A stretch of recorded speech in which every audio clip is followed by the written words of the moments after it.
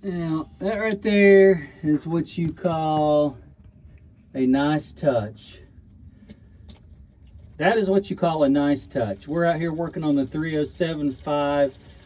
It is, we're changing the oil, break-in oil, like 30 hours. And I had looked for one of these valves prior to changing the oil, because I was like, man, that should be easy if you had one of the valves on it. So I get under here today to change the oil, and what do I find?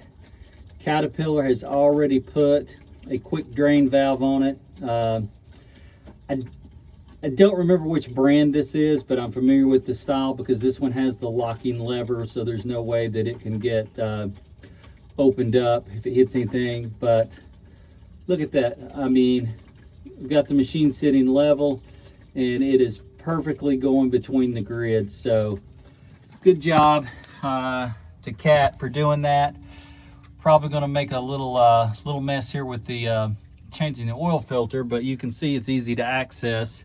But now that I see how easy it is to drain it, I'm probably going to find me a little bucket here of some sort of shallow pan to put under this oil filter, and I should have a mess-free, standing up, easy oil change, because literally you can, I just reach my arm back in here and flip the lever, and we're draining. Simple as that.